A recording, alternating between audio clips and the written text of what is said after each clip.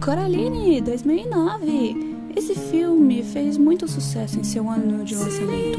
Chegou a faturar mais de 16 milhões de dólares no fim de semana de estreia e foi indicado ao Oscar de melhor filme de animação. Esse filme foi produzido pela Laika, fundada oficialmente em julho de 2005 por Phil Knight, cofundador e diretor da Nike, e que tem em seu currículo 3 longas animados mundialmente conhecidos: o próprio Coraline, de 2009, Paranorman, de 2012 e The Box Trolls, de 2014.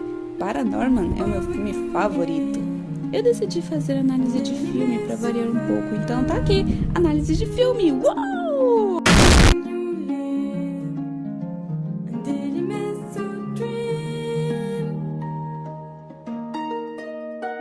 A animação levou cerca de 4 anos para ficar pronta. Só o trabalho de fotografia levou 18 meses. Um fucking ano e meio! Foram necessárias 10 pessoas para fazer uma única boneca da Coraline para as gravações, e o processo demorou de 3 a 4 meses. No total, foram feitas 15 mil expressões faciais à mão. Só para a protagonista Coraline foram feitas 6.300. Agora eu vou falar para vocês sobre os personagens e algumas curiosidades. Sergei Alexander Bobinsky é o vizinho russo de Coraline, que mora no apartamento de cima do Pink Palace Apartments. Ele é dono de um circo de ratos saltadores. Coraline assume que ele é louco e Mel Jones acredita que ele é um bêbado. April Spink é uma dançarina burlesca aposentada de paródia de Shakespeare que divide o apartamento no porão do The Pink Palace Apartments com sua amante, Miriam Forcible. Das duas, ela é a mais prática e pode possuir algum conhecimento de magia e entidades místicas. O gato é um dos personagens principais da história e é dublado por Keith David no filme. Ele aparece e desaparece à vontade e tem a capacidade de falar no outro mundo. Coraline Jones é originalmente dublada por Dakota Fanning e é uma garota de 13 anos. Ela é originária de Pontiac, Michigan, antes de se mudar para o Palácio Cor-de-Rosa em Ashland, no Oregon. Wyborn Lovatt tem 11 anos e também é conhecido como XDDCC.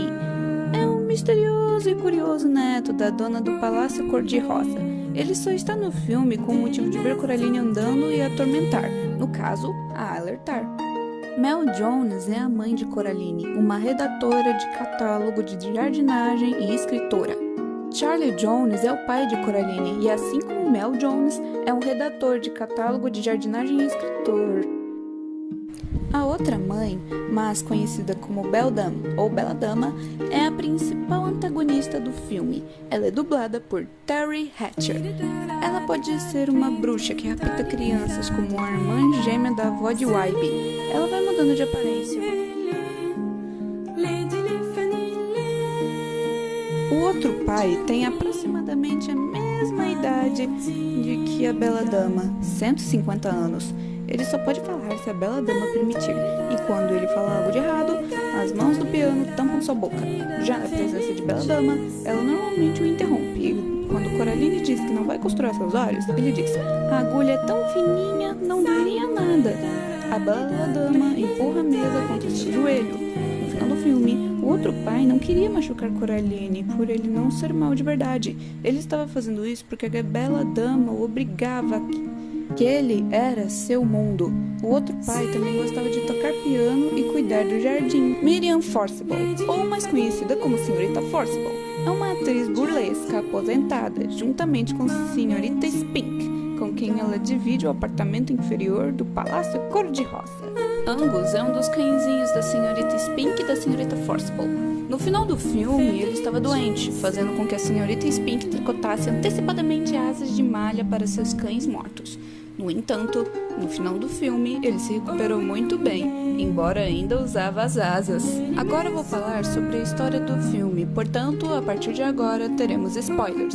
Para falar do filme, vou dividir o filme em 3 atos: começo, meio e fim. No ato 1, o começo do filme, Coraline acabou de se mudar para o Palácio Cor-de-Rosa em Ashland, no Oregon.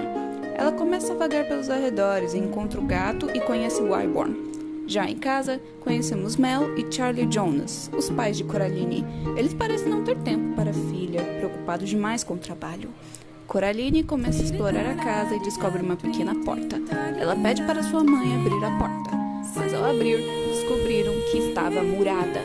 Após o jantar, Coraline vai dormir, mas é acordada por 3 roedores de papel que chamam sua atenção. Ela vai para a porta e descobre um corredor. Após passar por ele, ela chega numa versão melhorada e mais bonita da casa. Chega na cozinha e encontra quem parece ser sua mãe. Mas ao ela se virar, Mel estava com botões nos olhos. A mulher se apresenta como a outra mãe e ela pede para Coraline chamar o outro pai. No jantar, Coraline se depara com uma mesa farta e cheia de comida gostosa. Na hora da sobremesa, Coraline vê um bolo escrito "Bem-vinda ao lar". Ela percebe que há algo errado quando percebe a outra mãe tamborilando os dedos na mesa, impacientemente. Ela diz que está cansada e seus outros pais a acompanham até a cama. E essa foi a primeira aventura de Coraline no outro mundo. Na manhã seguinte, Coraline compartilha seu sonho com seus pais. E eles dizem que essa história é uma grande bobagem.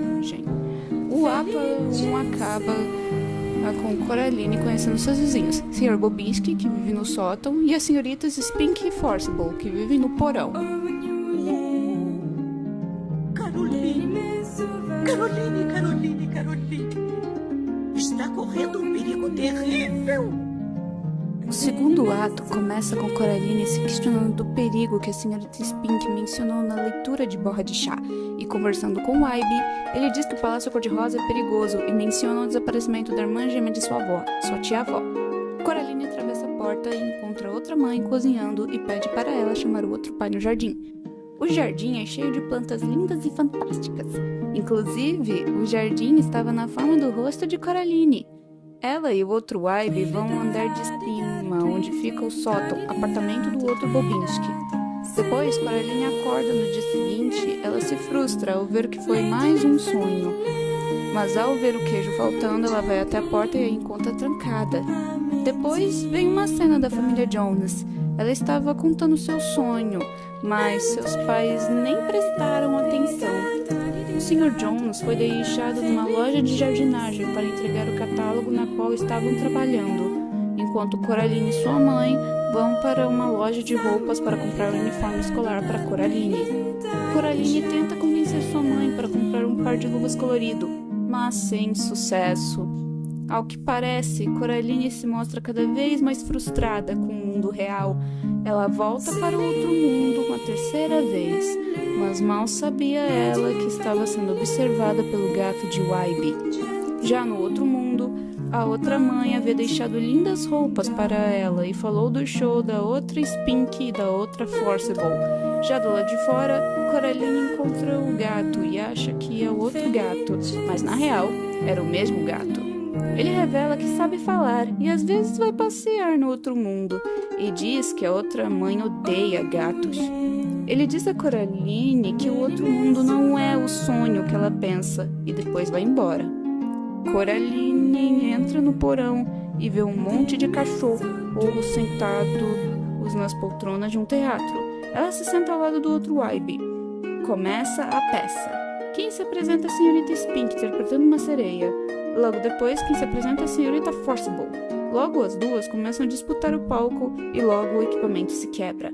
Depois, as duas se transformaram de senhoras para lindas jovens. Quando ela e sua outra família entram em casa, a outra mãe diz que para ela ficar no outro mundo para sempre, ela teria que costurar botões em seus olhos. Mas Coraline nega. Ela vai dormir e ao invés de voltar ao seu mundo, ela ainda está no outro mundo. O segundo ato termina com Coraline dando voltas no outro mundo. No terceiro ato, Coraline percebe que o outro mundo é bem pequeno. Munida de uma bengala, Coraline consegue abrir a porta da sala que fica a portinha, mas um enorme besouro a bloqueia. Assim, a outra mãe se revela da escuridão da sala. Ao se rebelar, Coraline vê a verdadeira forma da outra mãe, a Bela Dama. Bela Dama puxa Coraline até o espelho e a aprisiona ali. Lá dentro, Coraline conhece as crianças que a Bela Dama enganou antes. Elas não se lembram de si mesmas, mas elas se lembram de seus verdadeiros pais. Elas explicam que a Bela Dama espiou a vida delas através da boneca. Viu que não eram felizes, então as atraía com tudo o que elas queriam, mas elas queriam mais. Então elas deixaram ela costurar os botões. Ela dizia os amar, mas as trancou e devorou suas vidas. Coraline decide derrotar a Bela Dama, além de pegar os olhos das crianças para as libertar. O outro Waibe tira Coraline do espelho e os dois correm até a sala da portinha e empurram o guarda-roupa besouro. Ela queria que o outro Waibe fosse com ela, mas ele é um boneco. O outro Waibe empurra Coraline para o túnel. Ela engatinha rápido até o outro lado e, após sair, ela tranca a portinha. Já em casa, Coraline encontra a casa totalmente vazia. Seus pais não estavam lá. Encontra as compras da mãe estragadas. A campainha soa e o verdadeiro Waibe aparece na porta. O Waibe havia ido lá para pegar a boneca de volta. Coraline começa a falar das crianças e logo conclui que a Bela Dama é a irmã desaparecida da avó de Waibe. Quer dizer, eu acho que essa foi uma teoria minha, mas eu percebi que estava errada. Continuando. Mas ele corre com medo de Coraline, achando louca. Ela vai para o apartamento da senhorita Spink e da senhorita Forcible e diz que seus pais desapareceram. Para ajudar, a senhorita Spink começa a triturar caramelos centenários e faz uma espécie de triângulo místico. Já em casa, Coraline vai ao quarto dos pais e faz seus pais com travesseiros e almofadas. Quando termina, ela chora até dormir. No dia seguinte, ela é acordada pelo gato. Ele a guia até o espelho e lá os encontra, presos, estavam congelando. Coraline quebra o espelho e, seguindo o gato, ela encontra a boneca que ajudou a Bela Dama a capturar seus pais. Coraline queima a boneca e acha que seus pais não voltarão. Então decide voltar a outro mundo para os ajudar. Ela reúne algumas coisas e entra no túnel. Mesmo sabendo que era armadilha, ela voltaria pelos seus pais. O gato diz que Coraline deve a desafiar. A Bela Dama pode te trapacear, mas ela nunca recusa um joguinho. Perto da porta, a mãe de Coraline estava do outro lado, mas ao Coraline se aproximar, ela vê que é a Bela Dama. Bela Dama chama um ratinho trazendo a chave. Ela tranca a porta, o guarda-roupa besouro se põe na frente e ela engole a chave. Coraline pergunta sobre a chave da Bela Dama e o outro pai diz que existe só uma chave, mas a Bela Dama o interrompe e o leva para fora. Depois, a Bela Dama chama Coraline para o café da manhã. Nesse momento, Coraline propõe um jogo de exploração. Ela diz que quer encontrar os olhos das crianças fantasmas e os pais dela. Se ela perder, Coraline fica e deixa a Bela Dama costurar os botões. E se ela vencer, a Bela Dama deixará ela, seus pais e as crianças fantasmas irem. Coraline exige uma pista dela. A Bela Dama diz que em cada uma das 3 situações que preparou para Coraline, um olho de fantasma estará à vista, mas não diz nada quanto aos pais de Coraline. Indo para o jardim, Coraline enfrenta o primeiro desafio, o outro pai. Ele não quer machucar Coraline, mas ele estava sendo controlado. Depois de perseguir ela pelo jardim, ele dá o primeiro olho para Coraline antes de afundar no lago. Ela então desce ao porão, onde a outra Spink e a outra Forcible viviam. As duas estavam confundidas num monstro de 2 cabeças, mas Coraline chama a atenção dos cachorros morcegos usando a luz da lanterna, assim conseguindo o segundo olho. Ela sobe ao apartamento do outro Bobinski. Lá ela encontra as roupas do outro Waibe flutuando ao vento como uma bandeira. Ela entra no apartamento e se depara com outro Bobinski. Ele a provoca e depois entra dentro da tenda do Circo dos Ratos Saltadores. Dentro da tenda, o outro Bobinski revela ser um monte de ratos. O desafio segue para fora do apartamento, onde ela perde o rato que estava com o olho. Mas o gato consegue capturar o rato e dá o olho para Coraline. Mas ao a lua ficar coberta, o outro mundo começa a se desfazer. Mas Coraline e o gato escapam para dentro da casa. Lá dentro, Coraline reencontra a Bela Dama na sala lá da portinha, mas o jogo ainda não havia acabado. Ela nota uma luz na portinha, mas ao olhar um dos globos de neve, ela encontra seus pais. Coraline joga o gato na cara de Bela Dama e ele consegue arrancar seus olhos de botão. A sala muda e se transforma numa teia, e Coraline cai no meio enquanto o gato foge pela portinha. Estando cega, a bela dama encontrou Coraline através das vibrações da teia. Coraline sobe rapidamente. No túnel, com a ajuda dos fantasmas, ela fecha a porta e a tranca, arrancando a mão de bela dama, mas Coraline consegue escapar. De volta ao mundo real, Coraline encontra um dos globos de neve quebrado e seus pais estavam sujos de neve. Logo, Mel diz que a família iria jantar fora porque gostaram do catálogo de jardinagem de Charlie. Já de noite, Charlie estava brincando com Coraline. Ela menciona uma festa do jardim com os vizinhos. Eles dão boa noite à filha e antes de sair, Mel deixa no chão uma caixa. Quando seus pais saíram, Coraline abre a caixa e vê as luvas coloridas que ela queria. O gato aparece, Coraline pede desculpas e deita na cama com o gato, deixando os olhos das crianças fantasmas debaixo do travesseiro e dorme. Sonhando, Coraline encontra as crianças fantasmas, que agora são anjos dourados. Eles a agradecem e a alertam. Ela corre perigo e a bela dama não vai descansar até encontrar a chave. Ao acordar, Coraline decide esconder a chave no poço. Enquanto andava até o poço, a mão de bela dama seguia até o poço. E quando Coraline estava prestes a jogar a chave no poço, a mãozinha pega o colar. Mas o Aibe aparece e luta com a mãozinha. Ele cai no poço, mas consegue se segurar. Coraline consegue pegar a mãozinha com o cobertor, mas a mãozinha se liberta e o Aibe a quebra com uma rocha. Eles jogam tudo no poço e antes dele ir, Coraline a agradece. No dia seguinte, todos estavam no jardim plantando tulipas e o Aibe traz sua avó, a senhora Lovati. A última cena mostra o gato sumindo atrás da placa do Pink Palace.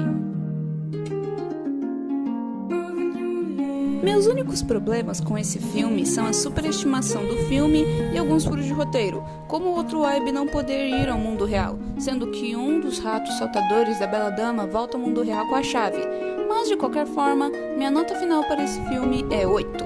O filme é bom em quase tudo. Minha opinião não é verdadeira, mas ainda assim é bom dar em consideração. Então é isso. Tchau!